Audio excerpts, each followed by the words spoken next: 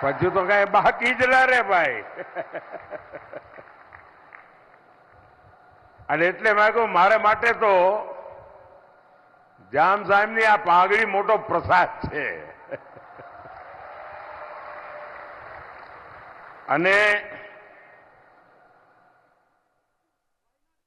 જામનગર સાથેનો મારા નાતાની અનેક વિશેષતાઓ રહેલી છે. ગયા 2 દિવસથી હું ગુજરાતમાં ભ્રમણ કરી રહ્યો છું. આમ તો કઈ ગુજરાતમાં વોટ માંગવા ના આવવાનું હોય.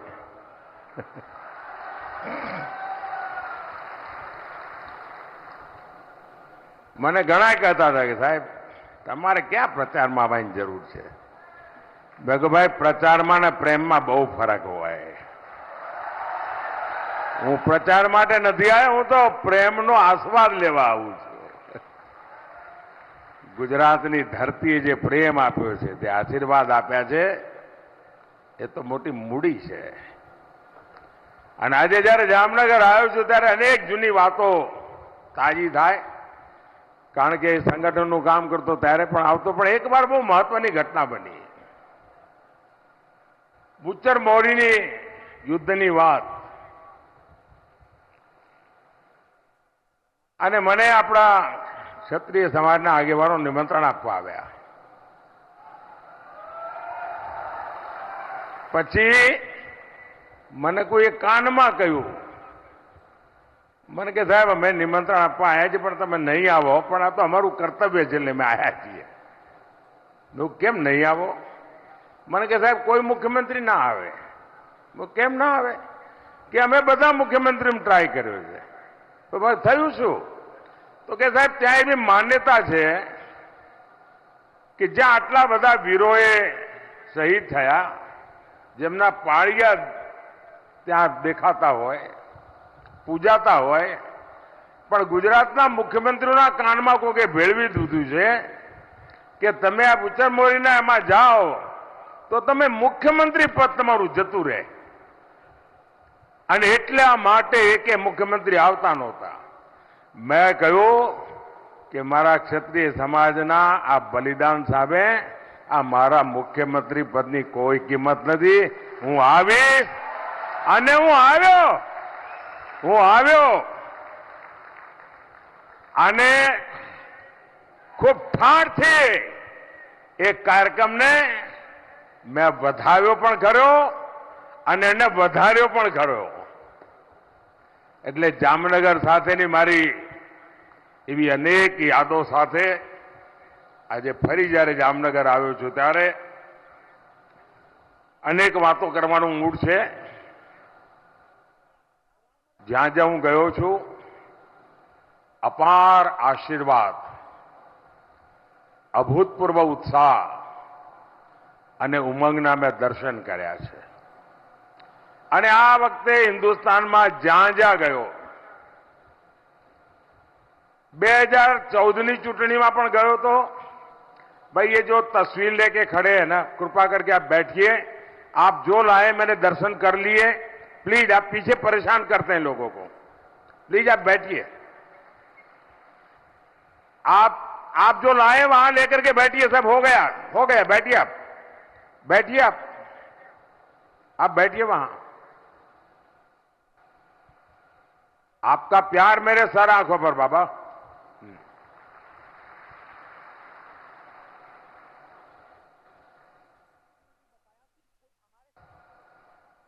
અને ગુજરાત હોય કે તમિલનાડુ હોય કે કાશ્મીર કન્યાકુમારી હોય કે આસામ હોય, જ્યાં જ્યાં ગયો મેં આવો ઉત્સાહ, આવો ઉમંગ અને આટલો બધો વિશ્વાસ અને કમિટમેન્ટ ન 2014માં જોયું છે ન 2019માં જોયું છે, જે હું 2024માં જોઈ રહ્યો છું.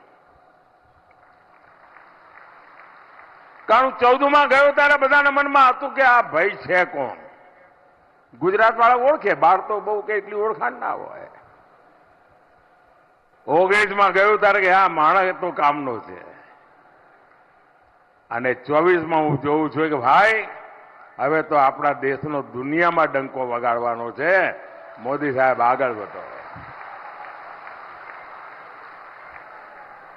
અને જ્યાં જઈએ ત્યાં એક જ સ્વર, फिर एक बार, फिर एक बार, फिर एक बार। साथियों,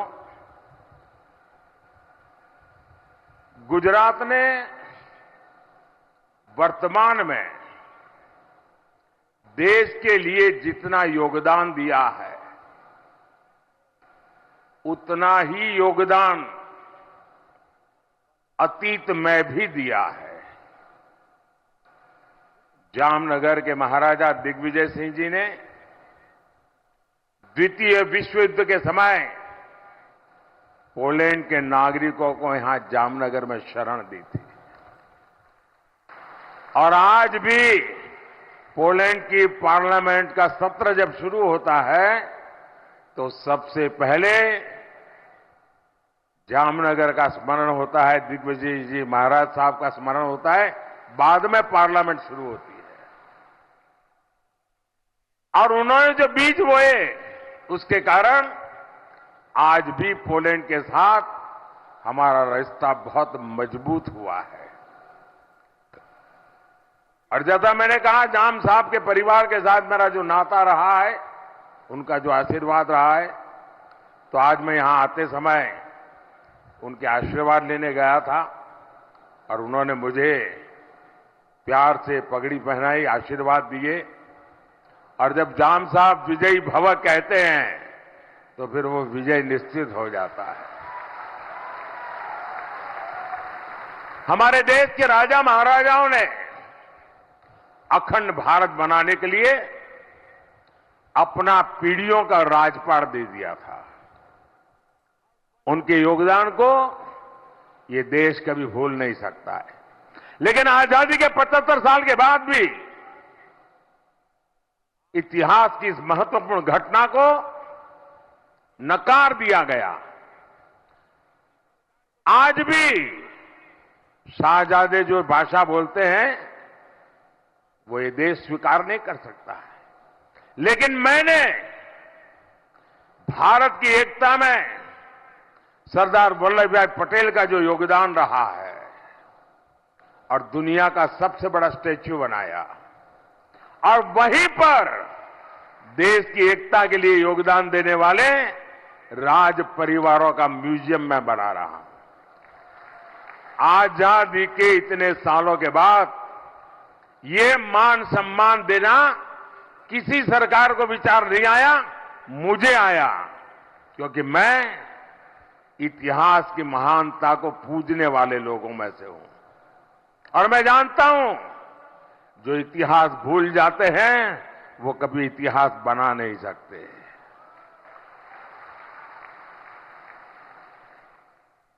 साथियों, कुप्रचार से शुरू हुई कांग्रेस की राजनीति आज कुंठागर्त में गिर चुकी है। इनकी जो कुंठा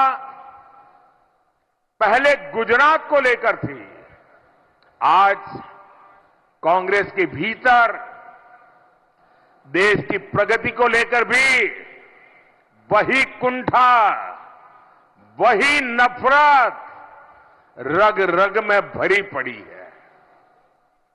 आज दुनिया में भारत का कद भी बढ़ा है, भारत का सम्मान भी बढ़ रहा है। तो कांग्रेस के शहजादे और उनका पूरा इकोसिस्टम विदेशों में जाकर भारत को बदनाम करने के लिए लंबे लंबे भाषण देकर आते हैं। उन लोगों ने जब सत्ता छोड़ी 2014 में, तब हमारे देश की अर्थव्यवस्था दुनिया में 11 नंबर पर थी। और आपको जानकर के खुशी होगी, देश जब आजाद हुआ था तब हम दुनिया में 6 नंबर पर थे। ये वहां से 11 पर ले गए। और एक चाय वाला आया, वो तो बड़े बुद्धिमान लोग बैठे थे,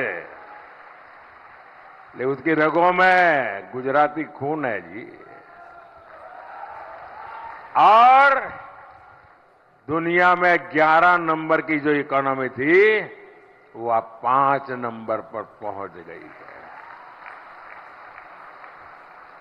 और मुझे आपका आशीर्वाद सत्ता सुख के लिए नहीं चाहिए, पद प्रतिष्ठा के लिए नहीं चाहिए। 2014 में प्रधानमंत्री का शपथ लेने के बाद इतिहास में नाम दर्ज हो चुका है। मोदी न इसके लिए जीता है, न मोदी उसके लिए सपने से अपने संजोता है। मोदी आपसे आशीर्वाद मांग रहा है। मन में एक संकल्प है, उस संकल्प को मुझे ये तीसरे टर्म में पूरा करना है।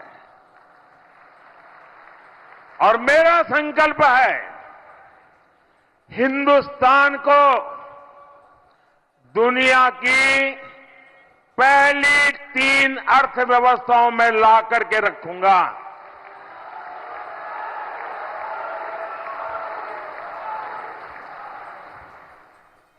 और आप कल्पना कर सकते हैं, जब विश्व में तीसरे नंबर की अर्थव्यवस्था हिंदुस्तान बनता है तो दुनिया के लिए भारत का नजरिया कितना बदलेगा। भारत की आवश्यकताओं की पूर्ति, भारत की आकांक्षाओं की पूर्ति, भारत के नौजवानों के सपनों को साकार करने का सामर्थ्य हिंदुस्तान का अपना होगा। भारत आत्मनिर्भर होगा। हिंदुस्तान को दुनिया में कभी भी किसी के पास हाथ फहराने की जरूरत नहीं पड़ेगी। ऐसा हिंदुस्तान बनाने के लिए मुझे आशीर्वाद चाहिए साथियों। कांग्रेस के बड़े बड़े विद्वान देश की प्रगति को नीचा दिखाने के लिए कहते हैं कि तीसरे नंबर की इकोनॉमी बनने के लिए करने की क्या जरूरत है, सोते रहो भाई। जो लोग हर चीज का सॉल्यूशन खटाखट करके गरीबी दूर होगी कहते हैं, एक झटके में बोले गरीबी दूर होगी। जो खटाकर और कटाकट में ही जो फंसे पड़े हैं उनको समस्याओं से, चुनौतियों से कैसे टकराना, समस्याओं का कैसे समाधान कहना, चुनौतियों को कैसे परास्त करना, ये शायद कभी सोचा भी नहीं होगा। साथियों, नीति क्या होती है, निर्णय क्या होते हैं, और जब नीयत साफ होती है ना तो नतीजे भी तो शानदार होते हैं। साथियों, कांग्रेस का जहर इतना बढ़ चुका है, इतना बढ़ चुका है, पता नहीं 4 जून आते आते ये विष कहां कहां फैल जाएगा। जब कांग्रेस का मैनिफेस्टो आया तब मैंने देश को चेताया था। खास करके देश में जो विचारक वर्ग है उनको मैंने इशारा किया था कि कांग्रेस का मैनिफेस्टो देश के लिए खतरे की घंटी है। और मैंने साफ साफ कहा था कि मैं कांग्रेस के मैनिफेस्टो में मुस्लिम लीग की छाप देख रहा हूं। तो कुछ लोगों को शायद लगा होगा ये तो एक पॉलिटिकल स्टेटमेंट है, लेकिन जब उसकी बारीकियों में लोग जाने लगे तो देश बेचैन बनता गया। जो भाषा मुस्लिम लीग बोलती थी, देश के आजादी के पहले भारत का विभाजन की भाषा, जो नैरेटिव गढ़े गए थे, दुर्भाग्य से आज कांग्रेस का मैनिफेस्टो उन्हीं बातों को लेकर के आज देश के वासियों से वोट मांग रहे हैं। इंडिया अलायंस की रैलियों में इंडिया अलायंस के नेता मुस्लिम वोटर्स को वोट जिहाद करने की अपील कर रहे हैं, और वो भी कोई मदरसा से निकला हुआ बच्चा नहीं बोल रहा है। कांग्रेस के टॉप लीडरशिप में बैठने उठने वाले बहुत पढ़े लिखे परिवार के कांग्रेस के नेता वोट जिहाद की बात कर रहे हैं। और कांग्रेस का और वोट जिहाद का क्या रिश्ता कहलाता है, ये आपको कांग्रेस के इतिहास से पता चलेगा। आप याद करिए, जब देश में जिहाद के नाम पर आतंकी हमले होते थे, तब उन आतंकियों की वकालत में सबसे पहले कांग्रेस के लोग आते थे। कश्मीर में अलगाववादी जिहादियों की मेजबानी तब के प्रधानमंत्री करते थे, तस्वीरें मौजूद है। मुंबई में आतंकी हमला हुआ 26/11 को, उसमें कसाब और दूसरे आतंकियों को बचाने के लिए कांग्रेस के नेता आगे आए। मुंबई आतंकी हमले के जिहादियों को बचाने के लिए किताबें लिखी गई, कांग्रेस नेताओं ने उसे रिलीज किया। दिल्ली में बाटला हाउस एनकाउंटर में जिहादी आतंकवादी मारे गए, तो कांग्रेस की मैडम, उनके आंखों में आंसू बह रहे थे, रुकते नहीं थे। ये कांग्रेस के नेता कह रहे। अफजल गुरु को फांसी हुई, उसे माफी दिलाने के लिए इसी इकोसिस्टम के लोग सुप्रीम कोर्ट से लेकर राष्ट्रपति तक पहुंच गए थे। और अब ये लोग देश में वोट जिहाद करने का नारा लगा रहे हैं। For more such videos, subscribe to the NewsX YouTube channel, hit the bell icon.